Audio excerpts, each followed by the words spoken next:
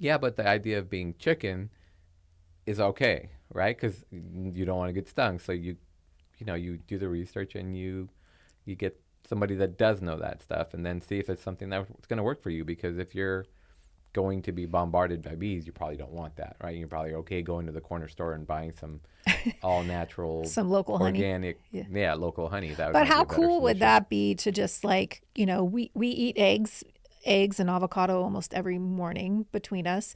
How cool would that be to go in your backyard, pick your avocado, go out to your chicken coop, grab a couple of fresh eggs, and Yeah, then even get some honey from your backyard too for your tea or whatever. I mean, we drink more coffee and than if you live tea. more coastal, then you get some avocados too. So it's a whole thing. Although the ones you got today were like baseballs. They were like ready for Well, they're not ripe yet. opening day at Dodger Stadium. That, which is today. Right. Yeah. That's what happens when you Instacart your groceries. Right. You're not up to speed on as to when they're ripe, right? Yeah, exactly. Yeah. So that's and then I'll go back to the chickens because you said you'd be chicken about the bees, but what about the chickens? Oh no, I don't think that would be a big deal. But your parents had chickens in their backyard. Did they? Yeah. I mean, that was later on, but I don't. Did they have that when you were growing up? Yeah. Right after high school, I had this little period where I didn't know what I was going to do. My mom would I would just go out in the backyard and grab chickens. Go get not chickens, but the eggs. Grab the chickens from the eggs, and then just hope there was eggs back there, right? And then bring them in and make breakfast. So yeah, it was a thing. It was I don't know. You It's been a probably long didn't time. think it was so cool back then. Like No. not as cool as it is now.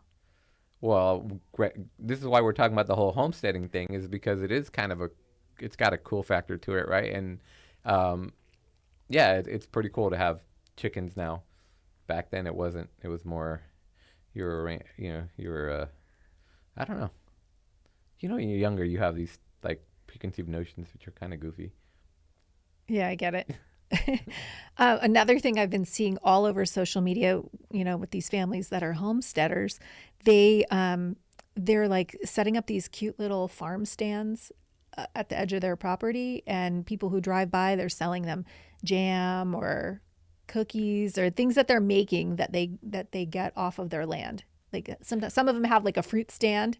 Yeah, that sounds cool. It's really cute. So I mean, like, I know that setting up a homestead is going to cost you money because you're going to have to buy the land, you're going to have to set up the infrastructure, you're going to have a lot of setup costs, right?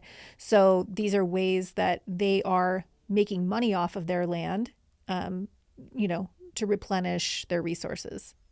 Yeah, if you're subsidizing your income with the same thing that you're doing, right? I guess it's cool.